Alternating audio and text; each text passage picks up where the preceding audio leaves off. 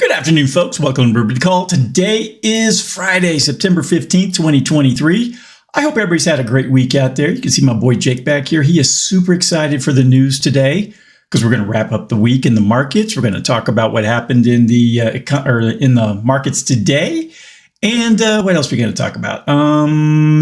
Where you can live and not have people making your lives miserable. So that'll be our last article.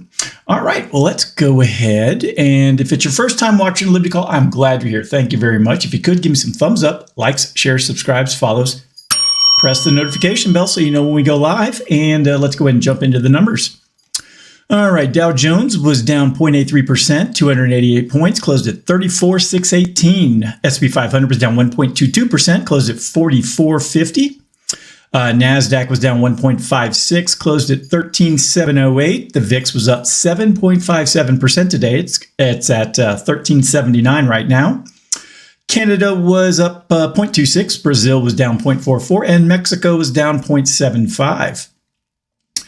Over in Europe, Germany was up 0.56. The UK was up 0.5%. France was up 0.96%. The Netherlands down 0.4. Spain up 0.01, so basically flat. Italy up 0.08. Switzerland up 0.9. And Portugal down 0.38. Russian exchanges both green today. The MOEX up 0.42. The RTSI up 1.06. And the Asian markets, starting out with the Nikkei in Japan, it was up 1.11%. Australia was up 1.29, New Zealand up 0.67. In the Chinese markets, the Shanghai was down 0.28, the Shenzhen Component down 0.52, the China A50 down 0.86, DJ Shanghai down 0.22%, Hang Seng up 1.03, and the Taiwan weighted was flat, up 0.05 for the day. Exciting stuff, isn't it?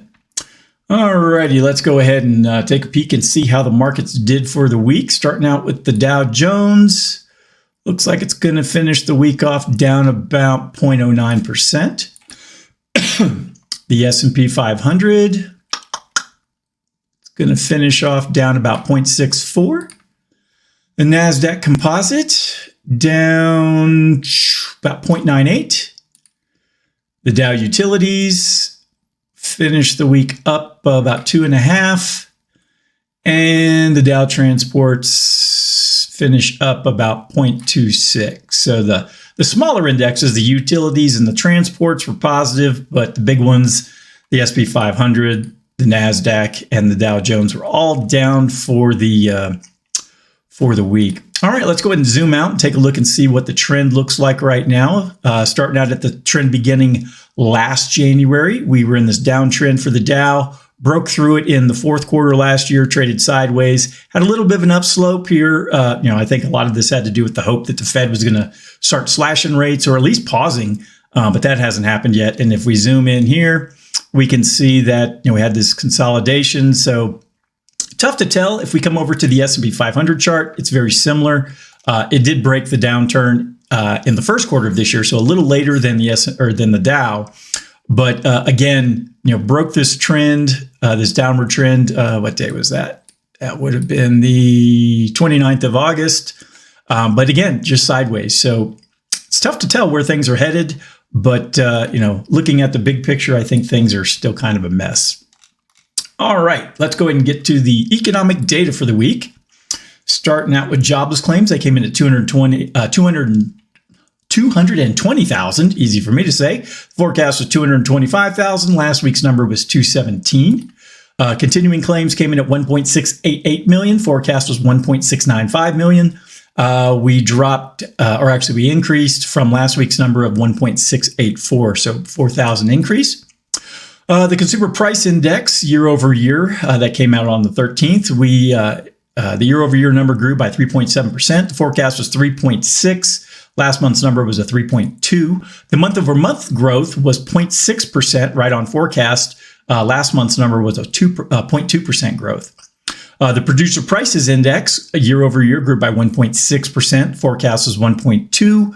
Last month's number was a 0.8, and the month over month number grew by 0.7. Forecast was 0.4, and last month's number was a 0.4.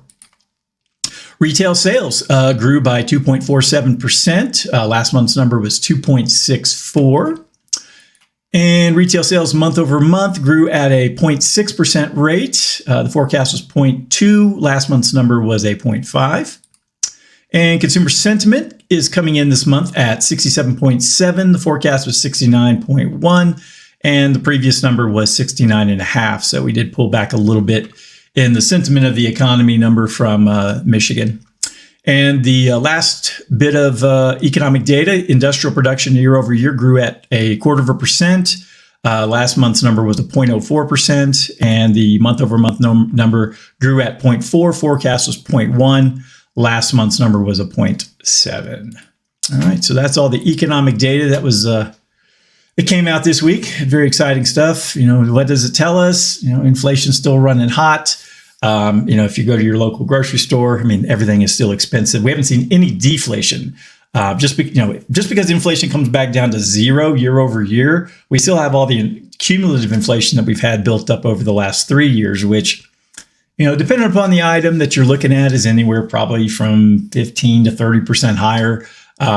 There's obviously outliers. There's going to be higher or lower than that. But just based upon my own shopping at the local Kroger, it is things are way more expensive, whether or not it is dog food, for my friend back here, or, steaks and, whole meats and things like that. Even veggies have gotten, fruits and vegetables have gotten a lot more pricey. So stay away from the middle of the store with the aisles, because that's where all the garbage food is. If you go around the outside, that's where, you get your fruits, vegetables, your whole cuts of meat, your dairy and stuff like that. So if you shop there and very little in the middle of the store, you probably aren't going to be a real fat ass. So, all right, next up, let's go ahead and jump into the market recap. Stocks are falling as investors await direction from the Fed on rates. So what is the Fed going to do? Are they going to raise rates? Are they going to pause rates? Are they going to cut rates?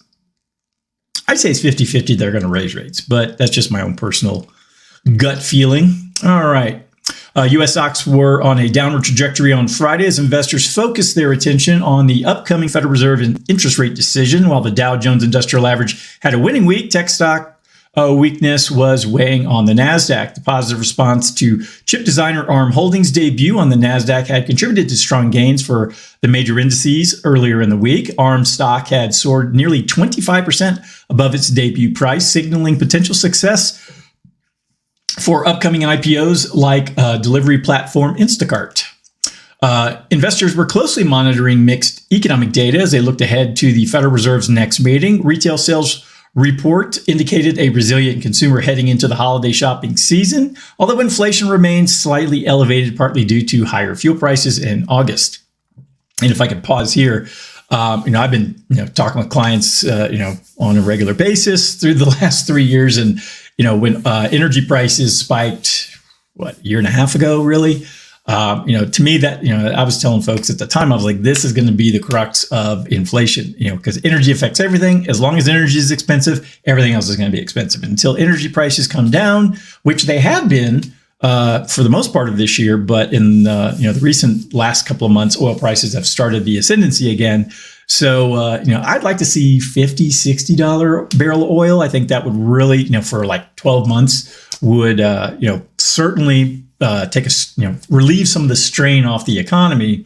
But, hey, let's pump less oil. Let's make the price go up because that makes sense. All right, jumping back in. The Federal Reserve's policy setting meeting was drawing near.